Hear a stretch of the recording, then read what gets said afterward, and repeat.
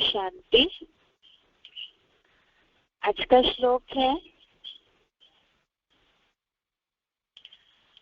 गीता का दूसरे अध्याय का 44वां श्लोक। गीता का अध्याय सेकंड, श्लोक नंबर 44। श्लोक है भोगेश्वर्य प्रसक्तानां दया अपहृत चेतसां व्यवसायात्मिका बुद्धि समाधो न विधीयते। श्लोक दोबारा। भोगेश्वर्य प्रसक्तानां दया अपहृत चेतसां व्यवसायात्मिका बुद्धि समाधो न विधीयते। इसका संधि विच्छेद है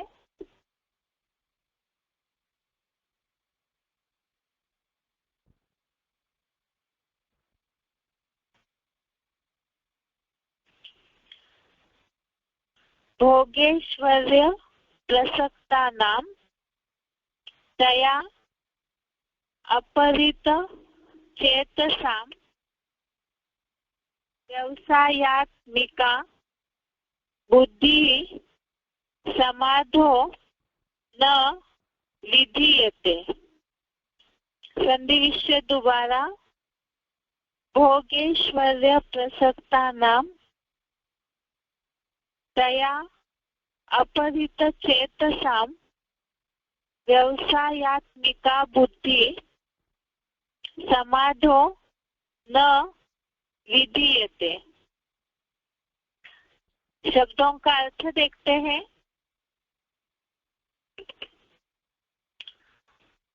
दया अर्थात उस अपहृत चेतसां अर्थात खींचे चित्त वाले, भोगेश्वर्य अर्थात भोग ऐश्वर्य में, प्रसक्तानां अर्थात आसक्त जनों की, व्यवसायात्मिका अर्थात निश्चयात्मक, बुद्धि अर्थात बुद्धि, समाधो अर्थात समाधि में, विधीयते न अर्थात स्थित नहीं होती। एक बार शब्दों का अर्थ दोबारा देखते हैं। दया अर्थात उस अपहृत चेतसां अर्थात खींचे चित्त वाले, भोगेश्वर्य अर्थात भोग ऐश्वर्य में, प्रसक्तानां अर्थात आसक्त जनों की, व्यवसायात्मिका अर्थात निश्चयात्मक बुद्धि, व्यवसायात्मिका अर्थात निश्चयात्मक, बुद्धि अर्थात बुद्धि, समाधो अर्थात समाधि में, विधीयते न अर्थात स्थित नहीं होती। इस श्लोक का अर्थ है उससे खींचे चित्त वाले, भोग ऐश्वर्य में आसक्त जनों की निश्चयात्मक बुद्धि समाधि में स्थित नहीं होती। जैसे 2 दिन से हमने जो श्लोक का अर्थ देखा है 43 और 42, 42, 43 श्लोक, इसमें जो बात बताई है कि जो वेदवाद में लिप्त रहते हैं और ऐसे अविवेकी जन मीठी मीठी वाणी बोलते हैं और इनकी श्रीनाथ की जैसे परमार्थ रहित भोग ऐश्वर्य की प्राप्ति हेतु ही जो कर्मकांड करते हैं और उसी में ही जिनकी बुद्धि लिप्त रहती है। आज के श्लोक में ये दोनों श्लोकों का भावार्थ का रिजल्ट बताया है। एक बार इसे क्लैरिफिकेशन सहित ही पढ़ते हैं तो सही रीति से समझ में आएगा। क्लैरिफिकेशन सहित अर्थ है उस मीठी वाणी से खींचे चित्त वाले और दैहिक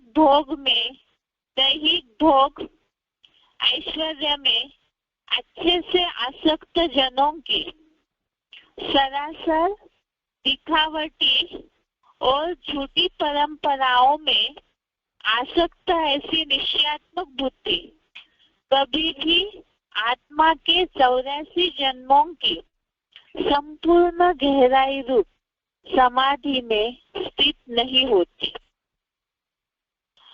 अर्थात जो बताया कि 2 दिन से जो श्लोक चल रहा है वैसे कर्मों से रिजल्ट क्या होता है वो आज के श्लोक में बताया कि मीठी वाणी से खींचे चित्त वाले, अर्थात जो अविवेकी जन है, जो शिव बाबा के पाठ को यथार्थ रीति नहीं पहचान पाते, ब्रह्मा के फॉलोवर है, ऐसे ब्रह्मा के जिनकी न मूर्ति बनती है, न मंदिर, न पूजा होती है, तो ऐसे जो है अविवेकी जन है और वो मीठी वाणी बोलते हैं और उस मीठी वाणी से जो खींचे चित्त वाले हैं, अर्थात जो सत्यता को न पहचान कर केवल उस मीठी वाणी में ही अटके रहते हैं, खींचे चित्त वाले अर्थात उसी और आकर्षित जिनकी मन बुद्धि होती है, तो जो परमात्मा के पाठ को तो सही पहचान नहीं पाते हैं और साथ में दैहिक भोग ऐश्वर्य में अच्छे से आसक्त जनों की। इसके लिए भी बताया कि श्रीनाथ जैसे जो परमार्थ रहित थे और जिनका क्रियाकांड करने का उद्देश्य केवल भोग और ऐश्वर्य की प्राप्ति हेतु ही जो फालतू की क्रियाकांड आदि की बातें करते हैं और जो सरासर दिखावटी और झूठी परंपराओं में ही जिनकी बुद्धि आसक्त है और उसी में ही जिनकी बुद्धि निश्चय है, निश्चयात्मक बुद्धि है, सरासर और झूठी परंपराओं में ही जिनकी निश्चयात्मक बुद्धि है, तो ऐसी जो भी कैटेगरी की आत्माएं होगी उनके लिए बताया कि वो 84 जन्मों की संपूर्ण गहराई रूप समाधि में स्थित नहीं होती। अर्थात खास तो परमात्मा जब इस सृष्टि पर आते हैं तो उस समय ये जो धर्म युद्ध है, सत्य असत्य का युद्ध है, तो इसमें वास्तव में युद्ध शुरू तो इसलिए हुआ क्योंकि द्वापर युग से ही जहाँ अनेक शाखाओं के मतांतर फैलते गए, तो उसके कारण ही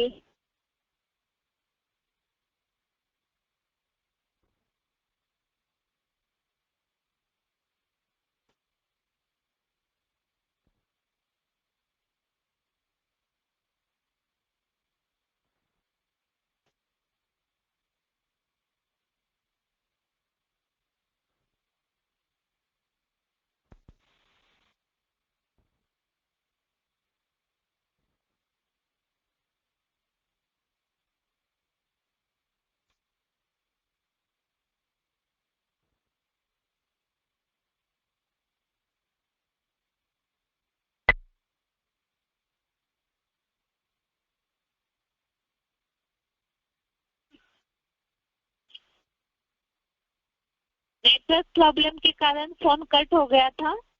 आगे बात चल रही थी कि द्वापर युग से ही जहाँ असंख्य शाखाओं की जैसे जैसे सनातन धर्म को छोड़कर अनेक धर्मों की उत्तरोत्तर स्थापना होते गई, तो कलयुग अंत में पहुंचते पहुंचते अनेक शाखाओं में आत्माएं जो है उनके मतांतरों में भटकते गए और देहभान के कारण अपने स्वरूप को पूरी तरह से भूल जाते हैं और इसीलिए ही अधर्म बढ़ जाता है और उन्हीं मतांतरों में सब फंस जाते हैं।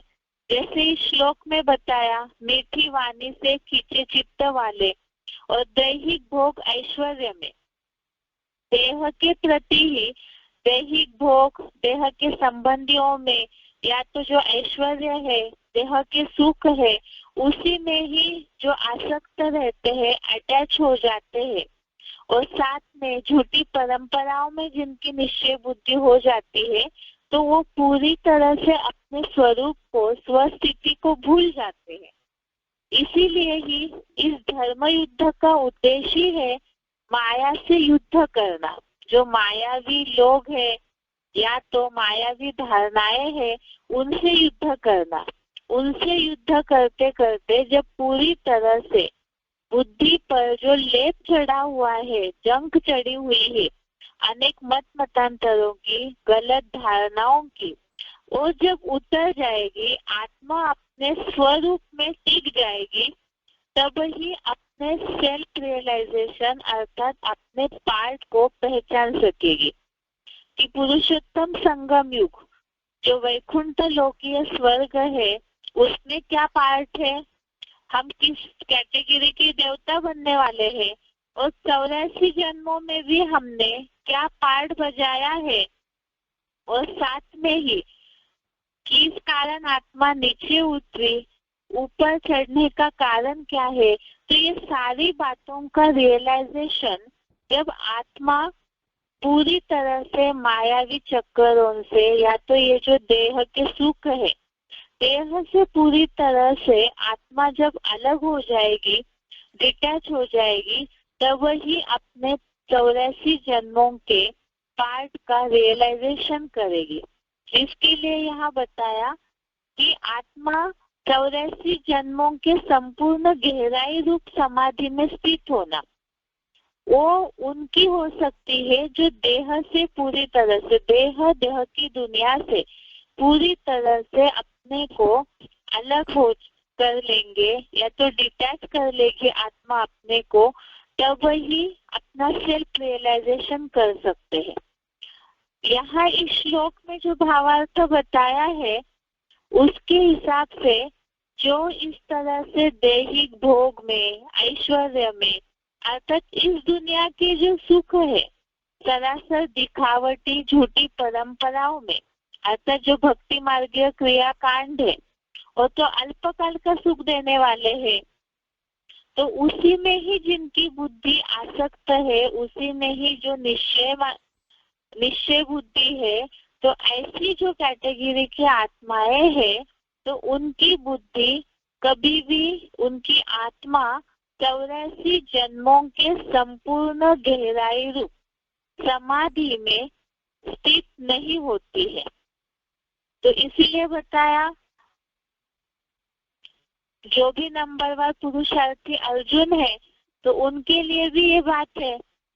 बेसिक और एडवांस नॉलेज में यही अंतर है, जो यहाँ श्रीनाथ द्वारे का बताया कि परमार्थ रहित है, सांसारिक 56 भोग वाले हैं, और जगन्नाथ मंदिर की विशेषता बताई जाती है कि वो कड़ी, दाल, चावल, आलू ऐसे सिंपल भोजन को महत्व देते हैं, रहन सहन जिनका साधारण है उसे महत्व देते हैं, और साथ में ही भक्ति मार्गीय क्रियाकांड को छोड़ करके जो ज्ञान को ही और देह के संबंधियों से पूरा अपनी बुद्धि को डिटैच करके इस दुनिया के जो भी सुख है, दैहिक सुख, उसे पूरी तरह से जो मन बुद्धि से त्याग देंगे, तब वही 84 जन्मों का जो पार्ट का रियलाइजेशन है वो हो सकता है। ये आज के श्लोक का अर्थ है। एक बार इसे उच्चारण सहित सुनते हैं।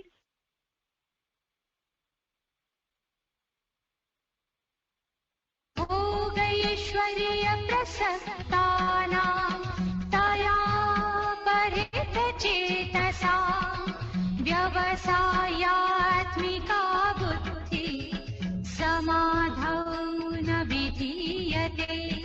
उस मीठी वाणी से खिंचे चित्त वालों और दैहिक भोग ऐश्वर्य में अच्छे से आसक्त जनों की सरासर दिखावटी और झूठी परंपराओं में आसक्त ऐसी निश्चयात्मक बुद्धि कभी भी आत्मा के 84 जन्मों की संपूर्ण गहराई रूप समाधि में स्थित नहीं होती।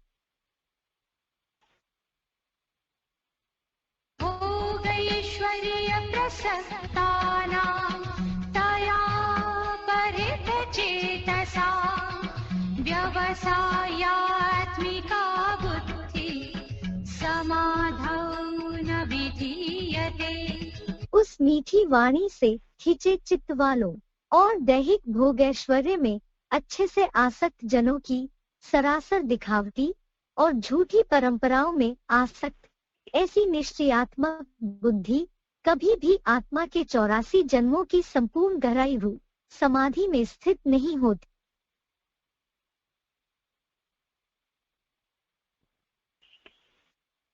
अभी भोग ऐश्वर्य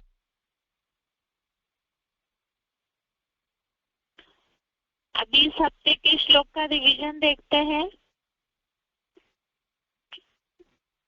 श्लोक नंबर 39, सेकेंड अध्याय का श्लोक नंबर 39। श्लोक है, ऐसा ते विहिता सांख्ये बुद्धिर्योगे तु इमां शृणु बुद्ध्या युक्तो यया पार्थ कर्म बंधन प्रहास्यसि। अर्थात हे पृथ्वीपाल अर्जुन, यह मत तेरे ही आदि रूप कंपिलावासी कपिल मुनि के सांख्य शास्त्र में संपूर्ण व्याख्या से कही गई है और अब कर्मयोग में इस मत को मेरे से विस्तार से सुन। जिस श्रेष्ठतम मत से युक्त हुआ तो कर्मों के बंधन को नष्ट कर देगा।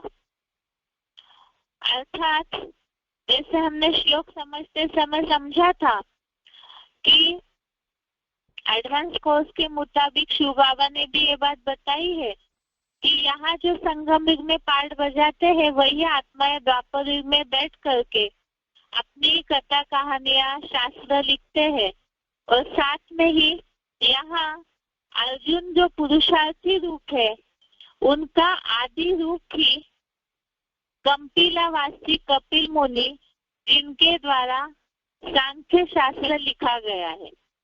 सांख्य शास्त्र अर्थात संपूर्ण व्याख्या सहित ज्ञान, और इसमें कर्म योग की परिभाषा बताई हुई है। कर्म योग अर्थात कर्म करते करते भगवान से बुद्धि का योग जोड़ करके अगर कर्म करते हैं तो योग कर्मसु कौशलम, इस हिसाब से कर्मों में युक्त युक्त कुशलता आएगी जिससे कि पापों से मुक्त हो जाएंगे।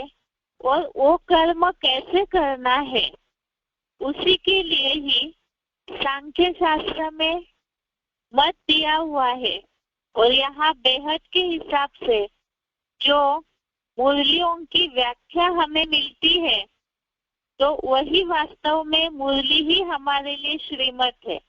इसके लिए शिव बाबा मुरली में बोलते हैं, मुरली तेरे में है जादू, परिवर्तन का जादू। लेकिन वो परिवर्तन का जादू असर तब करेगा जब उस श्रेष्ठतम मत से युक्त हुआ तू, अर्थात वो जो श्रीमत है उसे अपने जीवन में पूरी तरह से जो धारण करेंगे, लागू करेंगे, तब ही कर्मों के बंधन को नष्ट कर सकते हैं। इसके लिए मुरली में बात बोली है, अगर श्रीमत पर पूरा चलते हैं तो रिस्पॉन्सिबल शिव बाबा है। लेकिन इसमें देखना होगा कि मुरलियों में जैसा श्रीमत दिया है क्या हम पूरी तरह से हर कर्म के लिए उसे लागू करते हैं। और जब ऐसे करेंगे तब ही कर्म योगी बनने के कारण कर्मों के बंधन से नष्ट हो जाएंगे, अर्थात बंधन में नहीं फंसेंगे। जो इस दुनिया के दुख है, अशांति वाला जीवन है, उसे पार कर जाएंगे और स्वस्थिति में टिक जाएंगे। अगला श्लोक है दूसरे अध्याय का 40वां श्लोक, अध्याय सेकंड, श्लोक नंबर 40। नेहा अभिक्रम नाशोस्ति प्रत्यवायो न विद्यते स्वल्पम अपि अस्य धर्मस्य त्रायते महतो भयात्। अर्थात इस योग में पूर्व जन्मों के पुरुषार्थ का नाश नहीं होता, उल्टा फल भी नहीं होता। इस कर्म योग की धारणा का अल्पांश भी पुरुषोत्तम संगम युगी शूटिंग अनुसार अनेक जन्मों के महान भय से रक्षण करता है। योग ऊर्जा से ही सारे काम होते हैं। इसमें पहले श्लोक से कनेक्टेड श्लोक है। अगर श्रेष्ठतम मत से युक्त होते हैं, श्रीमत को अपने जीवन में लागू करते हैं, तो कर्म बंधनों को नष्ट कर देंगे।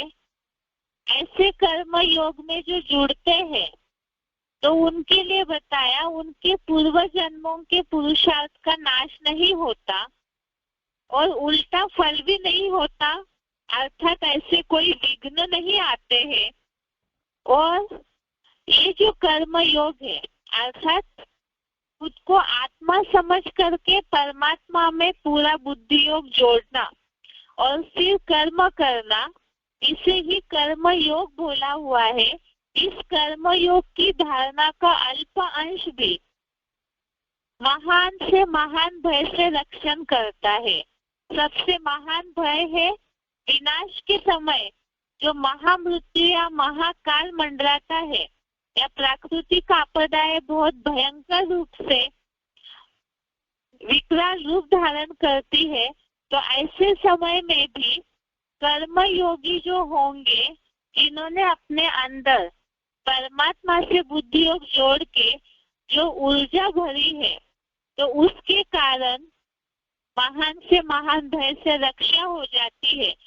इसके लिए बोला है योग ऊर्जा से ही सारे काम होते हैं। आगे का श्लोक है दूसरे अध्याय का 41वां श्लोक, अध्याय सेकंड, श्लोक नंबर 41। श्लोक है व्यवसायात्मिका बुद्धि एका इह कुरु नंदन बहुशाखा ही अनंताश्च बुद्धयो व्यवसायिनाम।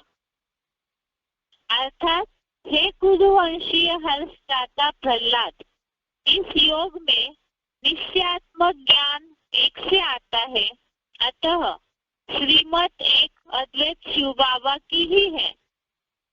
जबकि धर्म निरपेक्ष अनिश्चयी लोगों की मते निश्चय ही अनेक द्वैतवादी विधर्मों से निकली सांप्रदायिक शाखाओं की असंख्य है।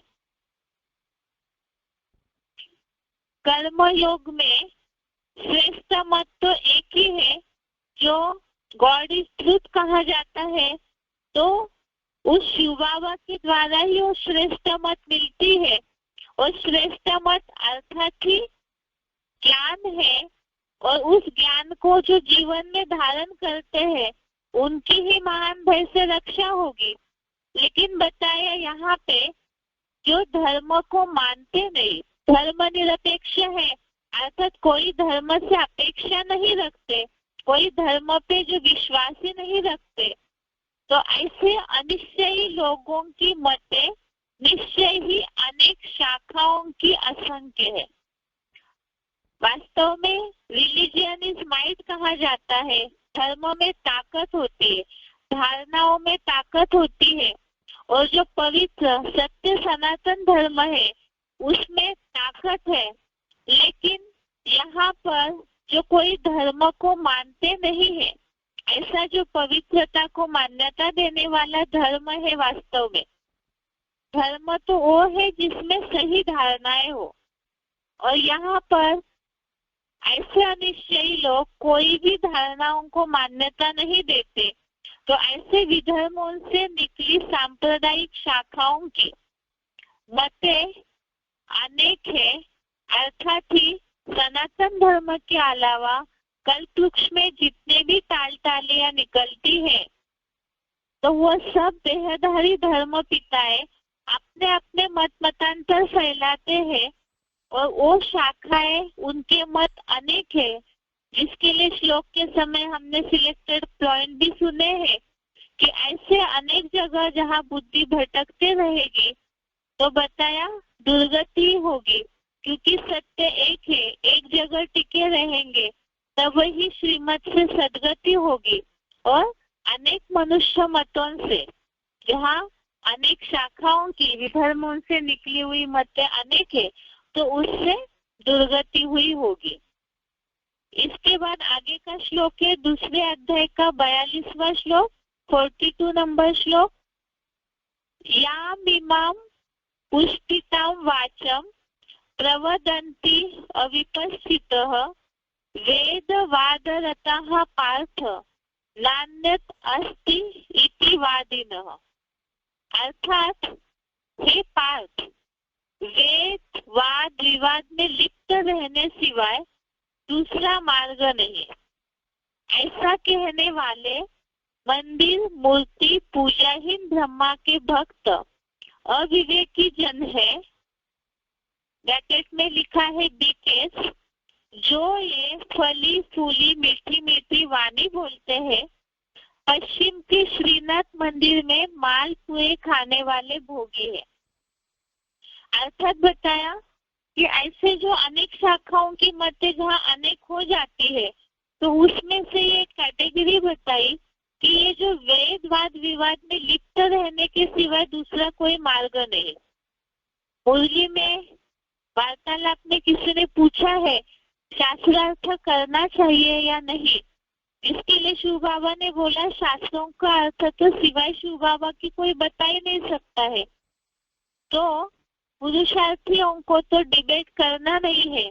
लेकिन यहाँ पर जो ऐसे तथाकथित ब्राह्मण है, वो ये सोचते हैं कि इस तरह से वाद विवाद में लिप्त रहने सिवाय दूसरा मार्ग नहीं, अर्थात इसी के द्वारा हम स्वर्ग स्थापन करेंगे। तो मुरलियों का जो ऊपरी अर्थ जो समझ रहे हैं, बच्चा बुद्धि है, तो ऐसे आत्माएं जो है उनके लिए बोला हुआ है कि वो अविवेकी जन है। क्यों? क्योंकि ब्रह्मा के जो फॉलोवर भक्त है, ऐसे कहने वाले, उनके लिए बताया कि जो मंदिर मूर्ति पूजाहीन ब्रह्मा के भक्त है। क्योंकि ब्रह्मा बाबा ने भी अपने जीवन रहते रहते भगवान के पाठ को, शिव बाबा को यथार्थ रीति पहचाना नहीं, तो इसीलिए ही पूरा पुरुषार्थ न कर पाए, तो उनकी मंदिर मूर्ति नहीं बनती, न पूजा होती है। और उनके जो फॉलोवर है, जो मुरलियों की बातों को ऊपर से ही उठा रहे हैं, थर्ड क्लास मुरली को ही जो ब्राह्मण दुनिया के वेद है उसे मान्यता दे रहे हैं, तो अविवेकी जन है, अर्थात भगवान के पाठ को नहीं पहचानते हैं और सत्यता को छुपाते हैं। इसके लिए बताया कि वो फली फूली मीठी वाणी बोलते हैं, लेकिन जो सत्य है वो तो कड़वा होता है, अर्थात भगवान के सही पाठ को पहचानने की उनमें क्षमता नहीं है, क्योंकि वो उसी भक्ति मार्गीय क्रियाकांड में ही लिप्त रहते हैं, या थर्ड क्लास मुरली की जो बातें हैं उसी में ही वो लिप्त रहते हैं। आगे 43 नंबर श्लोक, 43 नंबर श्लोक। कामात्मानः स्वर्गपरा जन्म कर्म फलप्रदां क्रिया विशेष बहुलां भोगेश्वर्य गतिं प्रति। अर्थात वे सांसारिक अंतहीन कामनाओं वाले हैं, स्वर्गीय सुख पाना ही परम पुरुषार्थ है। श्रीनाथ जैसे परमार्थ रहित व सांसारिक 56 भोग वाले भोगेश्वर्य प्राप्ति हेतु जन्म जन्मांतर के कर्म फल प्रदायी विशेष स्वाहा स्वाहा आदि जैसी फालतू क्रियाकांड आदि की बहुत बातें करते रहते हैं, जिनके लिए बताए कि जो फूली फूली मीठी वाणी बोलते हैं और जो श्रीनाथ मंदिर के मालपुए खाने वाले भोगी है, ऐसी आत्माएं जो वेदवाद में लिप्त रहते हैं, तो सांसारिक अंतहीन कामनाओं वाले हैं, जो विनाश होने वाला संसार है। जो मुरली में तो शिव बाबा ने बोला है ये जो भौतिक आंखों से जो कुछ भी दिखाई देता है वो सब विनाशी है। और ऐसी विनाशी संसार की जो कामनाएं हैं, इच्छाएं हैं, उसी में जो उलझे रहते हैं और स्वर्गीय सुख पाना ही जो परम पुरुषार्थ मान रहे। और श्रीनाथ जैसे परमार्थ रहित सांसारिक 56 भोग वाले भोगेश्वर्य, भोग और ऐश्वर्य की प्राप्ति हेतु ही जो भक्ति मार्गीय ऐसी क्रियाकांड वगैरह करते हैं, अर्थात स्वार्थी बन जाते हैं, अपने स्वार्थ हेतु ही जीवन जीते हैं, तो वह सब परमार्थ रहित है और फालतू क्रियाकांड कर रहे हैं। और साथ में ही ऐसे जो करने वाले हैं वो इसी दुनिया के सुखों में ही लिप्त रहते हैं। आगे आज का श्लोक 44 नंबर का, 44 नंबर का, भोगेश्वर्य प्रसक्ता नाम तया अपहृत चेतसाम व्यवसायात्मिका बुद्धि समाधो न विधीयते। अर्थात उस मीठी वाणी से खींचे चित्त वाले और दैहिक भोग ऐश्वर्य में अच्छे से आसक्त जनों की सरासर दिखावटी और झूठी परंपराओं में आसक्त ऐसी निश्चयात्मक बुद्धि कभी भी आत्मा के 84 जन्मों की संपूर्ण गहराई रूप समाधि में स्थित नहीं होती। अर्थात ऊपर से श्लोक से कनेक्टेड ही अर्थ है। एक तो जो वेदवाद में लिप्त रहते हैं ऐसी आत्माएं अविवेकी जन है, तो सत्यता को न पहचानने के कारण मीठी वाणी बोलते हैं और सांसारिक अंतहीन कामनाओं वाले हैं, जो भोग और ऐश्वर्य की प्राप्ति हेतु ही सारे कर्म कांड करते हैं। ये जो दुनिया है, कलयुग में तो झूठ का बोलबाला ज्यादा होता है और ऐसी झूठी परंपराएं जिससे कोई प्राप्ति नहीं होती है, ऐसी परंपराओं में ही जो लिपटे रहते हैं, आसक्त रहते हैं और दैहिक भोग ऐश्वर्य में ही जिनकी बुद्धि लगी हुई है, अर्थात जो देह में उलझे रहेंगे, देह के सुख में उलझे रहेंगे, तो वह आत्मा को सही मायने में न पहचानने के कारण, आत्मिक स्थिति में पूरी तरह से न टिकने के कारण अपने 84 जन्मों की जो पूरी गहराई रूप समाधि में स्थित होना है, अर्थात जो अपने पार्ट का रियलाइजेशन करना है, वो नहीं कर सकते हैं। और इसीलिए ही जो ऊंची से ऊंची प्राप्ति होनी चाहिए संगम भी स्वर्ग में, तो वो प्राप्ति भी वो आत्माएं नहीं कर सकती है। ये हो गया इस हफ्ते के श्लोक का रिवीजन।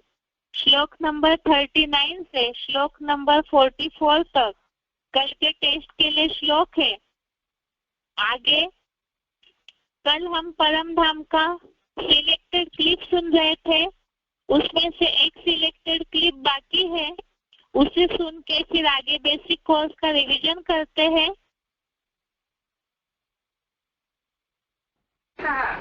VCD नंबर 34,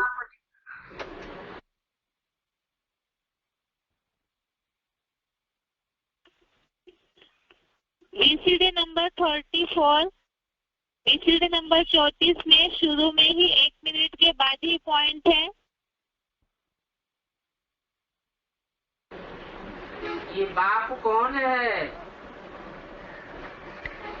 अपने अपने जिस्मानी बाप तो सबके अलग अलग होते हैं, लेकिन ये जो मुरली में मीठे मीठे बच्चे कहने वाला बाप है, वो इस दुनिया का बाप नहीं है। इस दुनिया में होते हैं जिस्मानी बाप, और वो है रूहानी बाप। रूहों की दुनिया से आने वाला बाप। ये रूहानी दुनिया कहाँ होती है? जिस्मानी दुनिया तो यहाँ है। रूहानी दुनिया कहाँ है? अंग्रेजों में उस रूहानी दुनिया को कहते हैं सुप्रीम एबोर्ड, सोल वर्ल्ड। मुसलमानों में उसको कहते हैं सातवां आसमान, अर्श। खुदा अर्श में रहता है, फर्श में नहीं रहता। और हिंदुओं में उसको कहते हैं परम धाम, जहाँ से वो रूहानी बाप आता है, ब्रह्मलोक।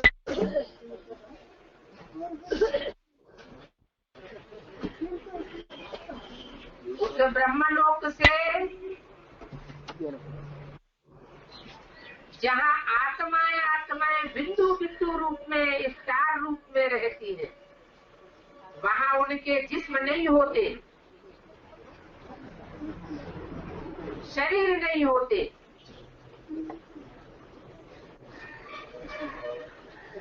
गीता में उस लोक का वर्णन किया गया है। न तद्भासते सूर्यो न शशांको न पावक यद्गत्वा न निवर्तन्ते तद्धाम परमं मम। इसका अर्थ है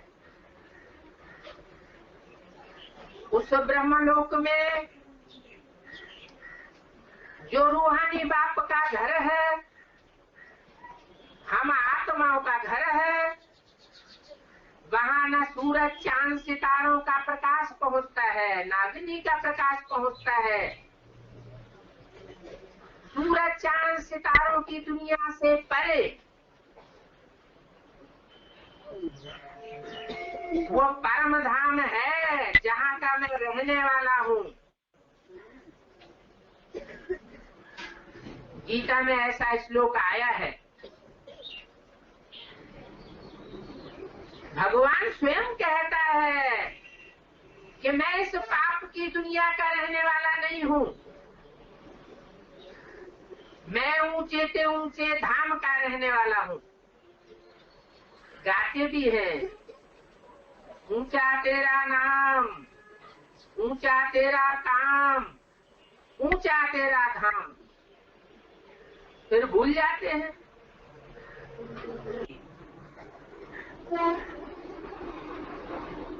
ये मीठे बच्चे किसने कहा? बाप ने कहा। ये बाप कौन है?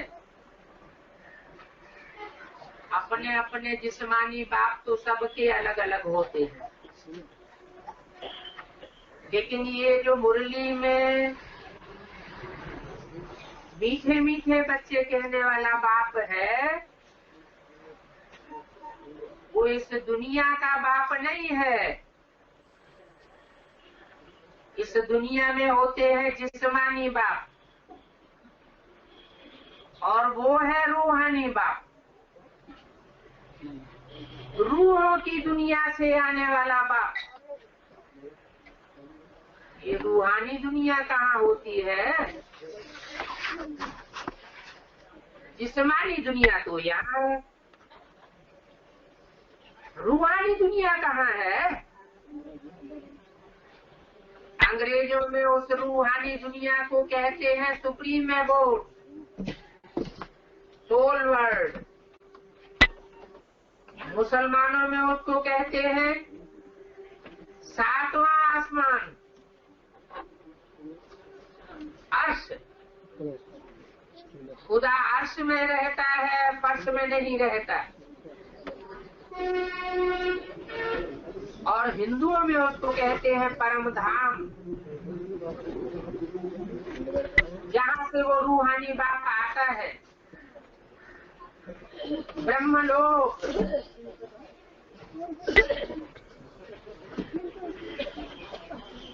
उस ब्रह्मलोक से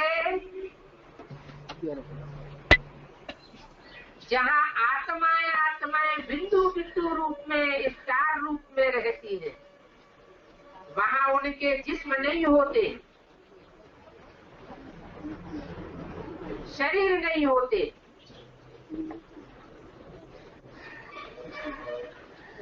गीता में उस लोक का वर्णन किया गया है। न तद्भासते सूर्यो न शशांको न पावक यद्गत्वा निवर्तन्ते तद्धाम परमं मम।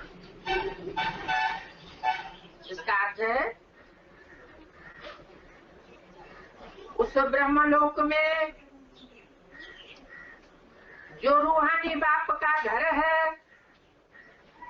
हम आत्माओं का घर है, वहाँ न सूरज चांद सितारों का प्रकाश पहुँचता है, न अग्नि का प्रकाश पहुँचता है। सूरज चांद सितारों की दुनिया से परे वो परम धाम है जहाँ का मैं रहने वाला हूँ। गीता में ऐसा श्लोक आया है। भगवान स्वयं कहता है कि मैं इस पाप की दुनिया का रहने वाला नहीं हूँ, मैं ऊंचे से ऊंचे धाम का रहने वाला हूँ। गाते भी हैं, ऊंचा तेरा नाम, ऊंचा तेरा काम, ऊंचा तेरा धाम, फिर भूल जाते हैं।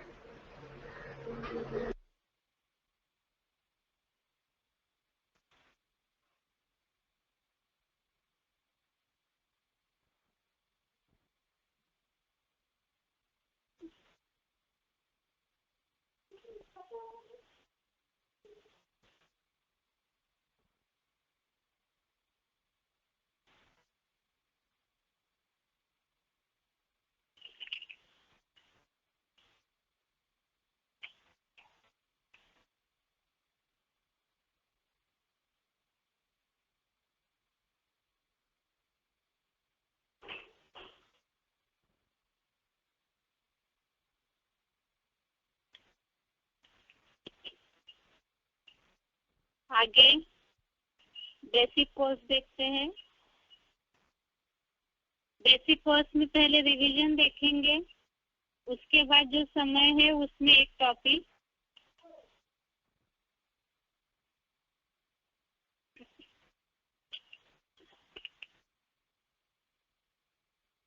बात चल रही थी इस हफ्ते कि मनुष्य जो है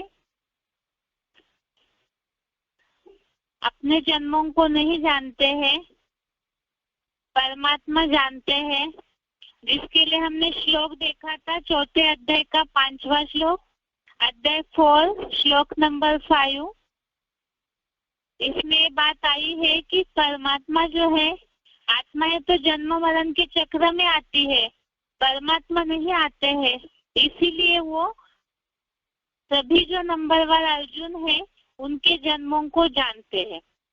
इसी में ही त्रिकालदर्शी का श्लोक भी देखा था, 7वें अध्याय का 26वां श्लोक, अध्याय 7 श्लोक नंबर 26। इसमें भगवान जन्म मरण के चक्र में नहीं आते हैं, इसीलिए वो त्रिकालदर्शी है, तीनों कालों को जानते हैं, बुद्धिमानों की बुद्धि है, और इसीलिए वो मनुष्यों के जन्मों का ज्ञान दे सकते हैं। अभी आगे ये सारी बातें तो हमने परम धाम के टॉपिक में समझी है कि आत्माएं और परमात्मा का बीच में क्या अंतर है, इसे हमने पिछले हफ्ते समझा था। उसमें टॉपिक रह गया था कि आत्माएं जो है वो जन्म मरण के चक्र में आने के कारण क्षरित होते हैं, और परमात्मा नहीं आते जन्म मरण के चक्र में।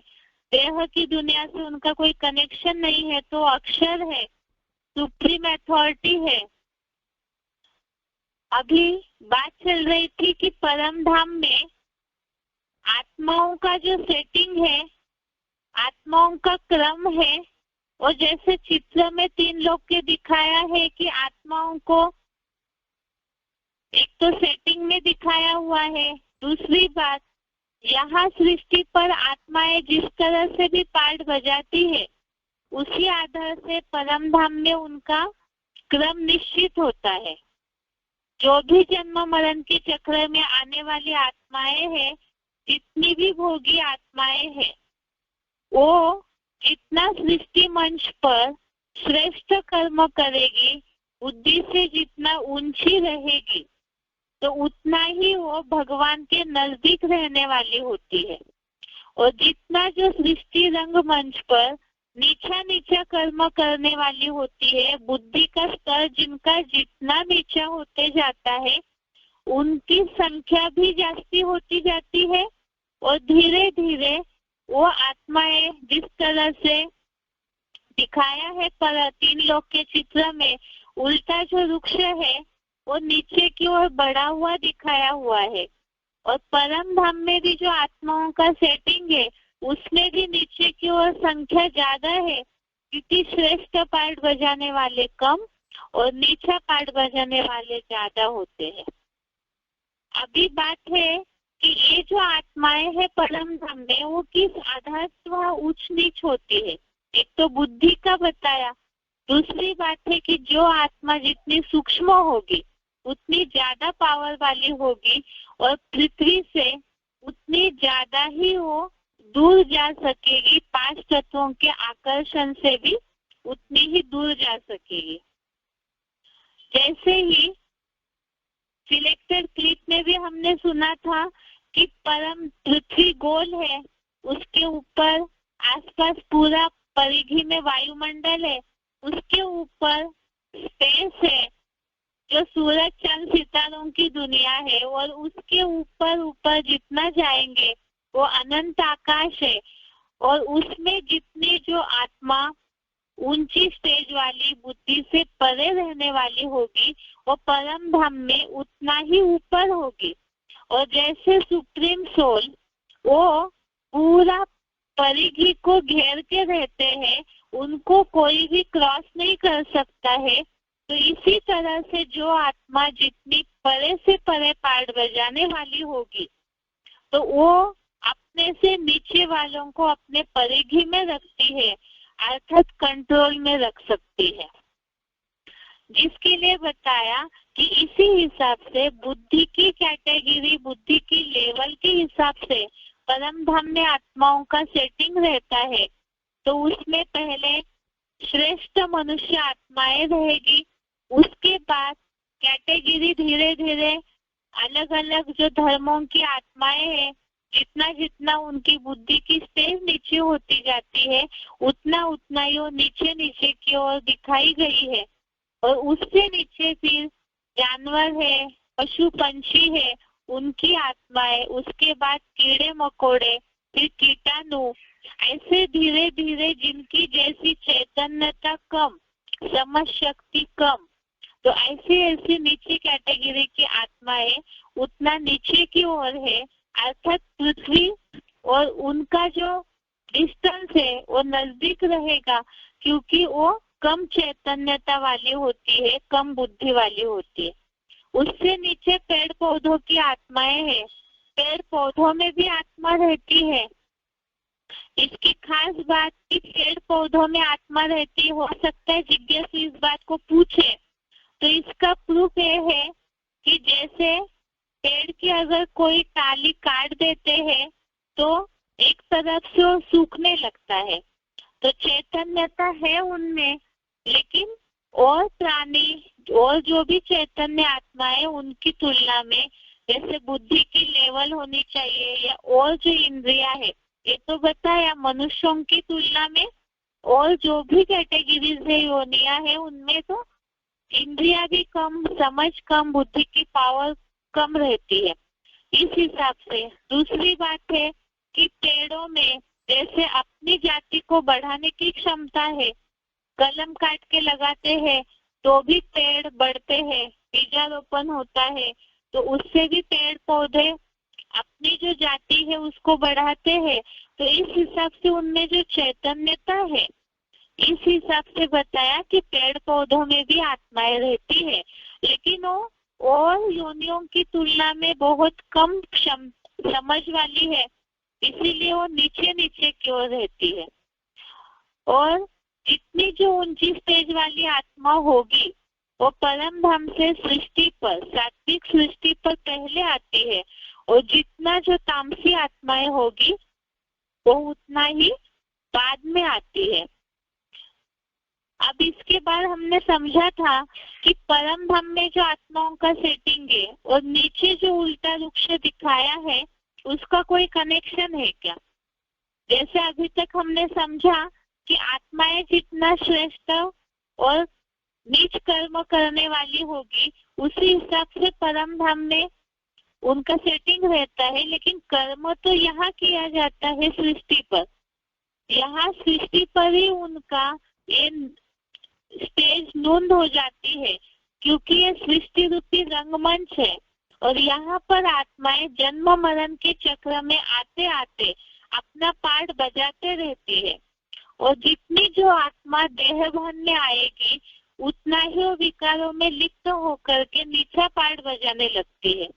और जो आत्माएं कुछ ऐसी कैटेगरीज है वो इतना जल्दी नीचे नहीं गिरती है, बुद्धि से परे से परे रहती है, तो उनको ही यहाँ मनुष्य सृष्टि रूपी वृक्ष में उल्टे वृक्ष के रूप में दिखाया है, क्योंकि इसमें जो जड़ें है वो ऊपर की ओर है, बीज है वो ऊपर की ओर है, और शाखाएं ऊपर शाखाएं, जो पत्ते हैं जो बढ़ते रहते हैं वो नीचे की ओर दिखाए गए हैं। इसी के लिए गीता का 15वें अध्याय का पहला श्लोक, अध्याय 15 श्लोक नंबर 1 हमने देखा था, जिसमें ये बात आई है मनुष्य सृष्टि रूपी वृक्ष उल्टा क्यों दिखाया हुआ है। इसके बाद इसी से कनेक्शन बताया कि यहाँ जो सृष्टि में कर्म करने वाली आत्माएं हैं, जैसा कर्म करेगी उसी हिसाब से उनका परम धाम में सेटिंग है। परम धाम का तो कोई चित्र देख नहीं सकता है, क्योंकि वह भौतिक आंखों से कोई पहुंच ही नहीं सकता है।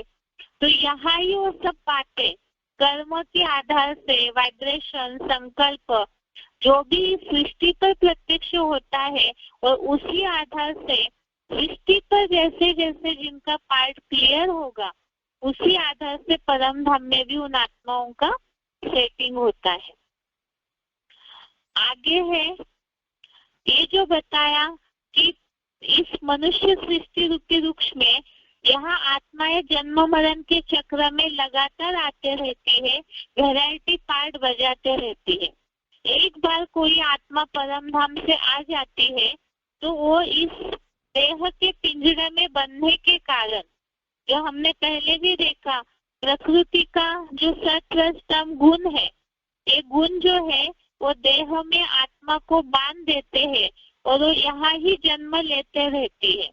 जब तक उनका वो अपना जन्म मरण का चक्र पूरा न हो तब तक 4 सीन का ये जो ड्रामा है यहाँ ही वो पार्ट बजाते रहते हैं और शरीर रूपी वस्त्र बदलते रहते हैं। अब ये जो जन्म मरण का चक्र है आत्माओं का, इसके बारे में एक गलतफहमी मनुष्यों में फैली हुई है कि मनुष्य आत्मा 84 लाख योनियों में जाती है। ये बताया जाता है कि 84 लाख योनियों के बाद ही एक श्रेष्ठ मनुष्य जन्म मिलता है। अगर ये बात सच है, वास्तव में ये जो गलतफहमी है, जैसे बताया और भी ऐसी गलतफहमियां हैं, परमात्मा सर्वव्यापी है, कण कण में व्याप्त है, या तो गीता के भगवान के बारे में ऐसी बहुत सी गलतफहमियां लोगों के मन में फैली हुई है। भक्ति मार्गीय जो भी भक्त है उनके मन में भी, तो उन बातों को ही भगवान का ज्ञान के आधार से प्रूव करना है कि ये जो मान्यताएं है गलत है, और अगर फैली है तो क्यों फैली है। तो सबसे पहली बात, मनुष्य आत्मा 84 लाख योनियों में नहीं जाती है। क्यों नहीं जाती है? अगर ये मनुष्य जन्म केवल यही लास्ट जन्म ही श्रेष्ठ जन्म मिला हुआ है, लोग ऐसे कहते हैं कि एक ही बार मनुष्य जन्म मिलता है, अगर ऐसे है तो सभी को एक ही बार मिला हुआ है, तो क्या सभी इस सृष्टि पर जितनी भी जनसंख्या है सब इस जन्म को श्रेष्ठ अनुभव कर रहे हैं? सभी यही कहेंगे नहीं, क्योंकि तन से, मन से, कोई ना कोई एंगल से हर मनुष्य दुखी है। तो फिर ये श्रेष्ठ जन्म है, ये कब के लिए बोला हुआ है और ये एक ही जन्म है, ये कैसे साबित होता है। दूसरी बात है कि मनुष्य आत्मा दूसरे दूसरे जानवर पशु पंछियों के योनियों में जाती है। अगर ये सच है तो उसके जाने का क्या कारण है? तो उसका कारण लोग ऐसे बताते हैं कि मनुष्य जन्म तो मिला लेकिन उसमें अच्छे कर्म नहीं किए, तो पाप कर्मों का दंड भोगने के लिए अन्य योनियों में जाना पड़ता है, दूसरे दूसरे योनियों में। तो ये बात भी वास्तव में गलत है। क्यों गलत है? क्योंकि मनुष्य को पाप कर्मों का दंड भोगने के लिए अलग अलग योनियों में जाने की आवश्यकता नहीं पड़ती है, क्योंकि मनुष्य जीवन में ही, मनुष्य जन्म में ही दुख भोगता है। वो कैसे? जैसे उदाहरण के लिए अगर टैली करें तो आज जानवर मनुष्यों की तुलना में ज्यादा सुखी है। जैसे बताया, दुनिया में कहते हैं कुत्तों को मिलता दूध भात, बच्चे भूखे चिल्लाते हैं। जैसे आज देखते हैं बहुत अमीर लोग कुत्तों को पालते हैं, बिल्ली को, कोई ना कोई जानवर को पालते हैं और उनकी देखभाल के लिए अलग से नौकर रखे जाते हैं, गाड़ियों में घूमते हैं कुत्ते। तो फिर मनुष्यों के लिए आज ऐसी सुविधाएं नहीं है। जानवरों पे लोग बहुत जल्दी दया करते हैं, तो ये कैसे माना जाए कि जानवर योनि में जाके दुख भोगना पड़ रहा है? ये बात गलत साबित हो जाती है। दूसरी बात है, जितना आज मनुष्य दुखी है तो अपने पापों का दंड खुद मनुष्य जीवन में वो भोग रहा है। तन की, मन की, धन की, समाज, सरकार, प्रकृति, संबंधों की हर प्रकार की दुख, चिंताएं, समस्याएं मनुष्य के पास है और इसी के कारण आज मेंटल टेंशन से लोग मेंटली डिप्रेशन में आ रहे हैं। कितनी सारी समस्याओं का सामना करना पड़ता है। तो जानवरों को ये सब बातों का दुख है। जो जंगल में रहते हैं जानवर, उनको ना टैक्स की चिंता, ना रोटी कपड़ा मकान की चिंता। और अगर मनुष्यों के संपर्क में जो भी जानवर है उनको भी तो इन सब बातों की कोई चिंता नहीं। अगर प्रकृति की कोई आपदाएं आती है तो मनुष्य को ज्यादा चिंता होती है, क्योंकि इंद्रियां ज्यादा है तो सुख भी ज्यादा भोग सकता है मनुष्य और दुख भी ज्यादा भोग सकता है। लेकिन जानवरों के ऊपर इन सब बातों का कोई फर्क नहीं पड़ता है। वो तो हम रोज के जीवन में भी देखते हैं। अगर कोई मनुष्य या भिखारी के रूप में, जो गरीब रूप में जन्म ले रहे हैं, तो वो अपने पापों का दंड ही तो भोग रहे हैं। कोई ऐसे भी है जो लूले, लंगड़े, अंधे के रूप में पैदा होते हैं, वो अपने पापों का दंड ही तो भोग रहे। ये तो दुनिया में भी ये बातें प्रचलित है। अगर बहुत कोई दुखी दिखता है, विकलांग दिखता है या ऐसे ऐसे जन्म मिलता है तो उसे लोग कहते हैं ना कि इनके कर्मों का दंड है, पता नहीं पिछले जन्म में क्या पाप किया होगा। कोई बहुत अति के गरीब है, खाने पीने के लिए तरस रहे हैं, एक टाइम की रोटी भी नसीब नहीं है, तो ऐसों के लिए कहा जाता है नहीं दरिद्र संपातक पुंजा। लोग कहते हैं पापों का दंड भोग रहे हैं। तो जब मनुष्य रूप में ही लोग अपने पापों का दंड भोग रहे हैं तो अलग योनियों में जाने की क्या आवश्यकता है? वैसे देखा जाए तो और योनियों के जो जानवर है जिनमें थोड़ी चैतन्यता है, जैसे संपर्क में आने वाले जानवर है, बंदर है, कुत्ता है, इन लोगों में फिर भी वो लोग अपना जीवन आराम से व्यतीत कर रहे हैं और साथ में उनको तो सेंस भी नहीं रहता है सुख दुख का, कुछ भी कोई असर भी नहीं पड़ता है। अगर जानवरों पे कोई डंडा भी चला दे तो थोड़ा सा वो विपरीत रूप में आक्रमण करेंगे और लेकिन वहां से चले जाएंगे। कोई दुख मनाते हो, शोक मनाते हो, ऐसे तो नहीं होता है जानवरों में, लेकिन मनुष्यों में ये सब सेंस रहता है। अगली बात, पापों का दंड भोगने के लिए अगर अलग योनियों में जाने का नियम बना हुआ होता, यदि विधान के द्वारा, प्रकृति के द्वारा, सब मनुष्य तो इस बात को जानते हैं, तो पुरातन जमाने से ही ये मान्यता चली आई है 84 लाख योनियों की। तो फिर गलत कर्मों का दंड देने के लिए मनुष्य जाति में, मानवीय समाज में नियम क्यों बने हुए? पुराने जमाने में राजाएं भी दंड देते थे, जेल में डालते थे, फांसी पे चढ़ाते थे। और अब तो इतना समाज आगे बढ़ चुका है कि हर एक कर्म के लिए संविधान बना हुआ है।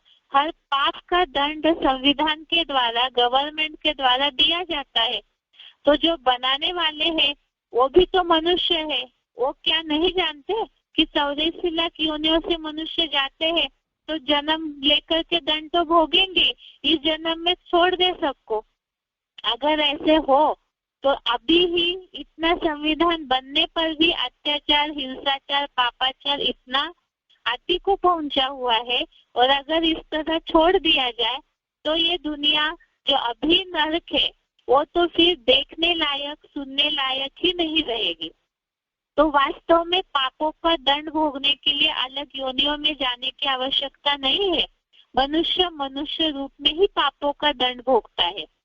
तो फिर जब वो अलग योनियों में नहीं जाता है तो ये मान्यता प्रचलित ही क्यों हुई फिर 84 लाख योनियों की?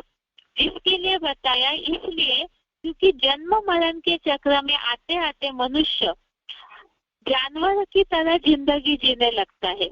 इतना ज्यादा मेंटेलिटी उसके नीचे गिर जाती है कि वो अपने ही जीवन में पशु जैसा जीवन जीने लगता है। जैसे गधे की तरह भार उठा रहा है, लोग कहते भी है गधे की तरह जीवन हो गया है। शेर की तरह हिंसक, खूंखार बन चुका है। शेर फिर भी अगर अपना एक बार हिंसा करके पेट भर गया तो कई दिनों तक भी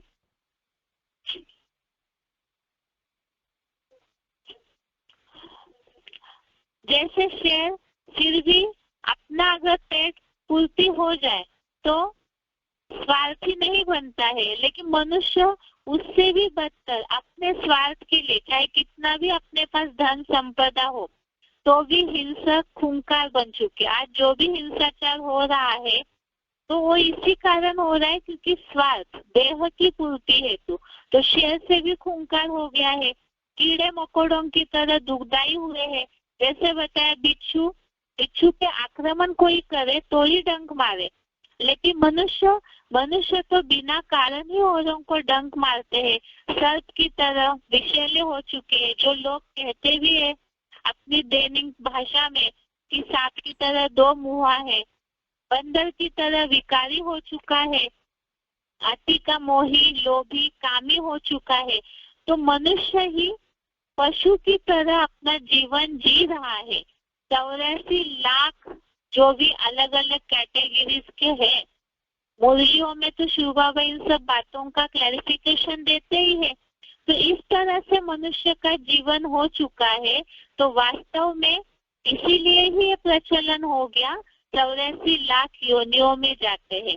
वास्तव में मनुष्य को योनि बदलने की आवश्यकता नहीं है कि वो अलग से कोई योनि बदल के जन्म ले, बल्कि वो मनुष्य बन कर के भी ऐसे अलग अलग जानवर या कीड़े मकोड़ों वाला पार्ट अपने कर्मों के कारण बन रहा है, ऐसे हो चुका है। इसीलिए बताया मनुष्य की पशु जैसी प्रकृति और भाग्य हो सकता है, लेकिन योनि नहीं बदल सकती है। माना ये पॉसिबल नहीं है। क्यों नहीं है?